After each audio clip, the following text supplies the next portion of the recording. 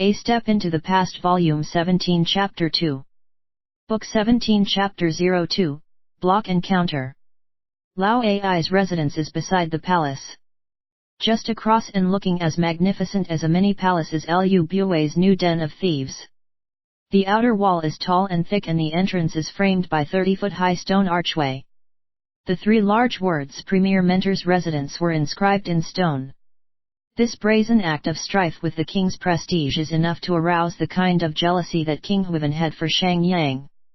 Provoking the jealousy of Xiao Pan, the future Qin Shi Huang will undoubtedly be his downfall. It is just a pity that will only happen in 6 years. To endure and survive this 6 bitter and treacherous years, he would have to feign humility and friendship with the crafty Lao Ai. In that movie about Qin Shi Huang, Zhu Ji finally stands completely on Lao Ai's side, not only opposing Lu Bue but also secretly plotting the overthrow of her son Yin Zheng. The movie's explanation was grossly simplified, attributing it all to Zhu Ji's infatuation with Lao Ai. But Xiang Xiaolong knew that there were at least 2 other reasons. The first reason was her unrequited love for Xiao Pan and himself turning into hate. The other reason is even more complicated. Xiang Xiaolong was actually abiding by the irresistible will of fate. That is why he deliberately allowed Zhu Ji to succumb increasingly and more inextricably into Lao Ai's lustful manipulation. Because he felt guilty, and also knew that Zhu Ji was no longer able to leave Lao Ai, he subconsciously alienated himself from her, increasing her hatred for him. That is how things have ended up this way today. Xiao Pan had always looked up to Zhu Ji as his mother, taking her as a natural replacement for Madame Ni. Thus he had also wished that she would remain chaste like Madame Ni. In the depths of his heart, other than King Zhuangxiang, he could only accept Xiang Xiaolong as his father. Zhu Ji's standing in his eyes has taken a tumble since she became attached to the disreputable Lao Ai, seeming to have lost her self-respect. This disappointment caused more than a minor change in his attitude, it has turned into an intense loathing and hatred. This is in turn causing their relationship to become increasingly vile. Under these circumstances, Zhu Ji naturally leaned closer to Lao Ai and Lu Bue. It seemed to her as if Xiao Pan and Xiang Xiaolong were colluding against her. This is a situation and a fact that nobody can change. Xiang Xiaolong's only resort was to incite conflict between Lao Ai and Lu Bue, causing Zhu Ji to support only Lao Ai and not Lu Bue.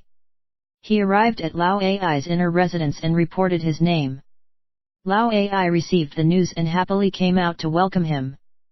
This scoundrel with the heart of a beast was decked in court dress, looking rejuvenated and in high spirits. While he was still at a distance, he smiled and greeted, "The news is that official Xiang has returned from his long journey. I was just thinking of visiting to pay my respects." Who would have guessed that the official would honor us with a visit? How could the lesser official bear this? Xiang Xiaolong secretly cursed his mother because she gave birth to such a heartless thief. But of course he managed his expression carefully and went up to meet up. He pulled his arm and laughed, saying, "I just met Empress Dowager and the Crown Prince and found out that so much has happened in Xianyang. Come. Let us find a place to have a heart-to-heart chat." Lao Ai clearly knew about his meeting with the Empress Dowager and indifferently led him into the east room. Along the way, he saw numerous maids and household warriors. His grandeur seemed to be rising. After they had sat down and had a cup of fragrant tea, with the maids had withdrawn, Lao Ai said, "What confidential matter did Empress Dowager and official Xiang discuss?" Xiang Xiaolong knew that he was most jealous of the unrequited feelings that Zhu Ji had for him. If he could not allay his suspicion, he could forget about corporation. He whispered, "I told Empress Dowager that Su Xian was killed by Lord Chun Shen under orders from Lu Bue." Lao Ai looked at him in shock.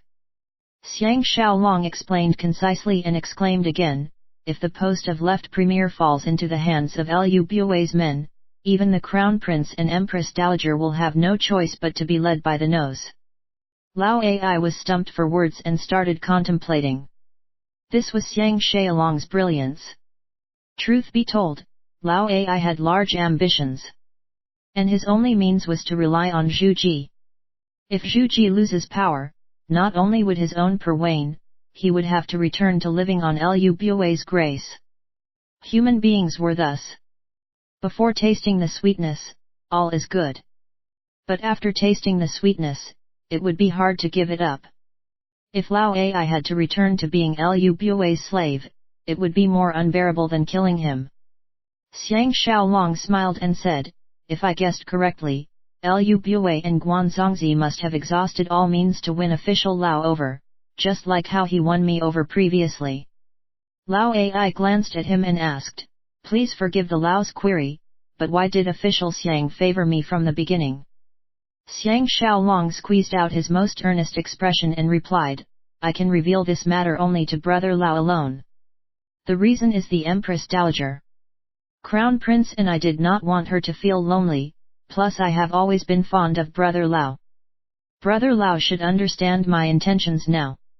Lao Ai couldn't help asking, is Brother Xiang wishing that I will support your appointment as left premier? Xiang Xiaolong secretly cursed him for projecting his petty thinking onto the noble intentions of others. He forced an expression as if he did not want to be misunderstood and angrily replied, if I had wanted to be left premier, I would have been while the late king was still around. Brother Lao should know about this matter, right? Of course Lao Ai knew about this and he hurriedly apologized, Brother Xiang, please do not misunderstand. I was just thinking that apart from you, who else would be qualified to contend with Wang Wan? Xiang Xiaolong knew he had been moved, and heaving a sigh, he said, please allow me to change the topic for a while. It is said that men are not grass and trees, how can they be emotionless? I Xiang Xiaolong personally brought the Empress Dowager and Crown Prince to Qin. I had originally intended to return to obscurity then to enjoy a peaceful rural life with my lovely wives and beautiful maids. This is truly my dream. How was I to know that this old scoundrel Lu Bui repeatedly tried to kill me, even causing my wife and maids to die tragically? This is why I want to fight Lu Bui to the end. The day the Lu scoundrel is killed will also be the day I Xiang Xiaolong leave Qin. If this is not the case, may heaven exterminate me. Does Brother Lao understand my intent now? Lao Ai stared at him for a moment before stretching his hand and saying, I understand. Xiang Xiaolong knew that he had been thoroughly moved and stretched out his own hand for the handshake. He then solemnly said, Lord Chongping to be the left premier, Wang Ling to replace Lu Gong. Does Brother Lao agree? Lao Ai exclaimed hoarsely, what? After Xiang Xiaolong left Lao Ai's residence, he led the 18 guardians to the heavily guarded guest house of Prince Dan. More than 10 of the city guards immediately blocked the route to the entrance. The leading city guard captain saluted and said, Official Guan has ordered that nobody is to enter the house. Xiang Xiaolong glanced at him sideways and barked, You've seen me Xiang Xiaolong yet you dare to obstruct me so rudely. What is your name? That guard captain knew then and there that he was in big trouble. He knelt down in fright and pleaded, Your humble servant knows his guilt. Your humble servant knows his guilt. For a moment I did not see clearly that it was Commander Xiang. It could be said that, there was no one in Xianyang at present who did not know that Xiang Xiaolong was the anointed man closest to the crown prince. If he wanted to act against some small fry, even Lu Bui would not be able to prevent it. The guards were so frightened that they all knelt down. How would Xiang Xiaolong trifle with them? He shouted coldly, Open the door for me. How would the guards dare to object? They obediently opened the gate. It turned out that there was another group of guards encamped in the square within the residence. Xiang Xiaolong jumped off his horse and instructed his guardians to keep watch at the gate. He then swaggered into the residence with high and mighty steps. The city guards were intimidated by his mighty aura and dared not utter a word. There were more than 10 of Prince Dan's experts inside, including the great General Su Yais, Minister of State Lang Ting, Division Commander Yu Ji, and the Yandu who was defeated by Guanzongzi. When they heard his voice, they went to the residence gate to welcome him. When they saw Xiang Xiaolong, they all had an expression of grief and indignation. After they had reached the main hall and sat down, Su Yis indignantly said, "Official Xiang must arbitrate for us." Uzi was the cool-headed one. He asked, "Did you manage to dispose of Tian Dan?" Xiang Xiaolong nodded his head in affirmation. Su Yis and the rest all breathed a little easier. Truth be told, if Tian Dan was still alive, Yan would be in mortal danger. Lang Ting heaved a sigh and said, "How could anyone predict that Lu Bue would dare to defy public opinion and detain the Crown Prince, Dan? We do not know if Crown Prince, Dan, is alive or dead, so we dare not act. Else even if we are all killed in battle, we will want to vent our anger." Xiang Xiaolong said, "Gentlemen, please be at ease. Even if one day Lu Bue grew some balls, he would not dare to injure the Crown Prince, Dan. Else he would have broken faith with the world. I think he has just promised to detain Crown Prince, Dan, for a time to allow the devil Tian Dan to satisfy his wicked desires. Leave this matter to me. If I cannot openly compel him to release Crown Prince, Dan, I will rescue him in secret. All right. Please pack your belongings and come to my residence. The Lu thief will have to release Crown Prince, Dan, but may turn to murdering all of you instead. That would be a disaster." Su Yis saw that Xiang Xiaolong was loyal and righteous without regard for Lu Bue. He couldn't help but be moved and ordered his men to pack their items immediately. In a short while, more than 100 people had assembled in the parade square. The city guards in charge looked on helplessly. Nobody dared to interfere. At this moment, the sound of hoofbeats arrived. A company of men and horses galloped in from the main gate. They were led by Guan Zongzi. His expression was chilly. He quickly dismounted and came up to Xiang Xiaolong. In a bold and self-righteous tone, he said, "Official Xiang, please wait. Your subordinate has been ordered by the Premier Mentor to forbid the occupants of the residence from stepping past the gate." Su Yis and the rest all drew their swords. Under the reflection of the blades, the tension mounted. Xiang Xiaolong laughed aloud and said, "Could I ask if official Guan has any official document signed by the Premier Mentor or any such thing?" Guan Zongzi was stumped on the spot. As soon as he had received the news from his subordinates that Xiang Xiaolong had run the barricade, he had rushed over from the command building immediately. He could not have had the opportunity to meet with Lu Bue. He said forcefully, "Subordinate has received Premier Mentor's verbal orders. If official Xiang does not believe me, he may inquire of Premier Mentor personally." Xiang Xiaolong drew his sword with a chiang sound. He laughed and said, "Then I also have Crown Prince's verbal orders to come here to retrieve the people. If official Guan does not believe me, he can inquire of the Crown Prince personally. If anyone dares to hinder me, he is disobeying the king's order. I will kill without mercy." All the guardians drew their swords as one, tightly encircling Guan Zongzi and his 10+ bodyguards.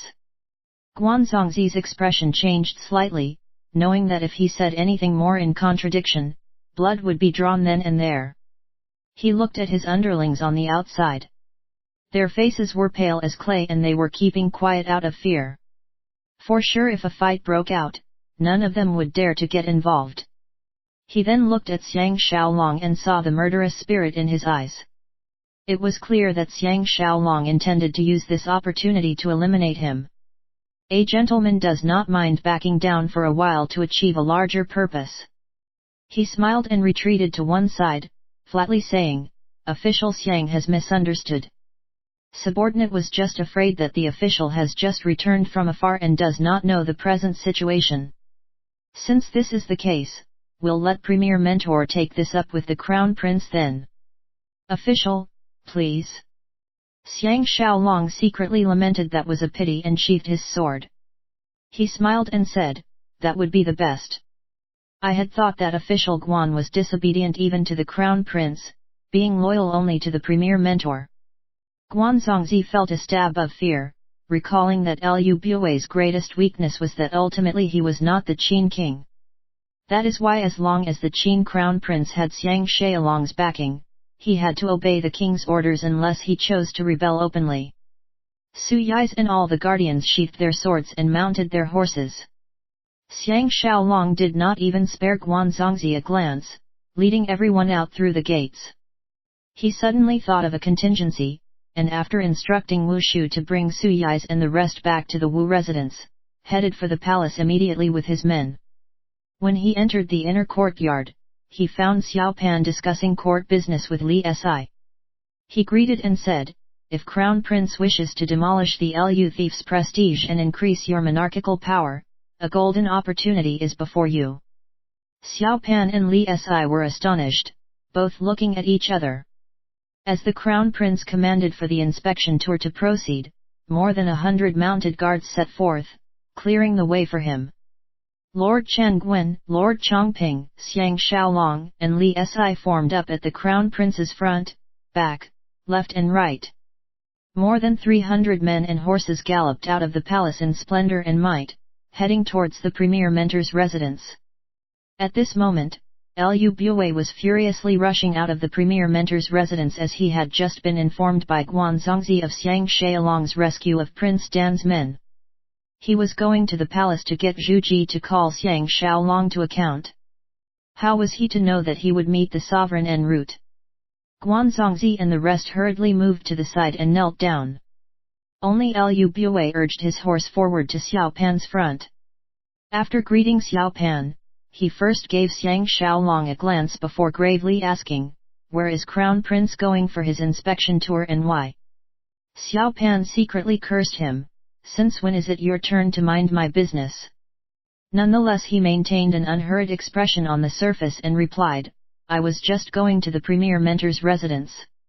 Lu Bue replied in shock, "Why is Crown Prince looking for the old official?" Xiao Pan blandly replied, "It is said that Prince Dan has gone to Premier Mentor's residence and is lingering there. I have a sudden urge to meet him. Will Premier Mentor please arrange a meeting between us immediately?" Lu Bue stared foolishly for a while before his eyes betrayed a cold murderous look. He coldly said, "Prince Dan had expressed a desire to leave over the past few days. I do not know if he is still within the old official's residence." He turned his head towards the kneeling Guanzongzi and shouted loudly, "Commander Guan, why haven't you quickly gone and checked it out for the Crown Prince?" Xiao Pan and Xiang Xiaolong exchanged a glance before the former sneered, "Premier Mentor's words are strange. Don't you even know if someone is at your residence?" "To be sure, Prince Dan has arrived from afar to offer sacrifices to the late king. He is our great Qin's honored guest. If our hospitality is not satisfactory, even I have to bear some responsibility." He then shouted, "Chongping, Chen Guan. The two of you will accompany official Guan to verify the outcome." Lu Bue did not imagine that after Xiang Xiaolong returned, Xiao Pan would turn into a completely different person. Not only did he not abide by his wishes, he seemed to be putting him down at every point. While he was still dumbstruck, Lord Chongping and Lord Chen Guan had clasped Guanzongzi between them and left. Xiao Pan nudged his horse's belly and rode towards the Premier Mentor's residence. The large contingent of men and horses continued forward. Lu Bue could only follow at Xiao Pan's side. Xiang Xiaolong, Xiao Pan, and Li Si were all laughing in their hearts. Lu Bue's greatest disadvantage this time was that he had no logic to stand on. That was why it was best for him to remain mute and swallow the bitter medicine, keeping his pain to himself. All the citizens stopped and bowed on the street side at the sight of the Crown Prince on his inspection tour. All paid obeisance to this youthful heir apparent whose martial prowess was rising with each day. Before they had reached the Premier Mentor's residence, both Lords Chongping and Chen Guan had come out with a pale Prince Dan in between. Xiao Pan urged his horse forward and laughed loudly, saying, "Prince Dan, how are you doing? Will the prince please generously excuse our poor hospitality and forgive us our multitude of mistakes?" When Prince Dan saw Xiang Xiaolong, how could he not know what was happening? After he said a few polite words, he turned to the ashen-faced Lu Bue and said, "One of these days, I will definitely repay the Premier Mentor for this half a year of hospitality." Lu Bue knew that he was speaking in irony and coldly snorted without replying. He could not even be bothered to put up an act at this point. Xiao Pan turned to Lu Bue and said, "Wasn't Premier Mentor going to the palace? Was it to meet the Empress Dowager or myself?" Lu Bue was almost shocked to silence. Who would have thought that Xiao Pan would be so formidable? If he had said that he wanted to meet with Zhu Ji, it would clearly show that he wanted to mess with the crown prince in front of her. If he said he wanted to meet him instead, what else was there to say? He awkwardly said, "The old official merely wanted to discuss the candidates for the posts of Left Premier and Minister of War with Crown Prince and Empress Dowager." Xiao Pan coldly said, "I have made my decision. It will be announced during morning court tomorrow. This matter need not be discussed further. Premier Mentor, please." Lu Bue looked at Xiang Xiaolong in shock. Xiang Xiaolong smiled faintly and without saying anything, displayed a look of profound mystery. He secretly laughed that Lu Bue has finally experienced the domineering and oppressive air of this future Qin Shi Huang. As Lu Bue was fuming over this, Xiao Pan ordered, "I just remembered something. I am not able to stay for long. Official Xiang will entertain Prince Dan properly on my behalf. I wish to return to the palace." He nudged his horse and left. Lord Chongping, Lord Changwen, Li Si, and the rest hurriedly followed. Xiang Xiaolong saw Lu Bue staring at Xiao Pan's back in a daze and he said indifferently, "Premier Mentor, please. This general will now retire." Ignoring Lu Bue, he led Prince Dan and all the guardians away. He knew that this incident marked the start of his open war with Lu Bue. There would be no other option. They passed by Qin Shing's residence on the way back to the Wu residence. He almost wanted to slip in for a tryst with this beautiful widow. Nonetheless he had Prince Dan at his side, and Madame Ye, Wu Tingfang, and the rest were also hanging on for his return. It was best for him to suppress this urge.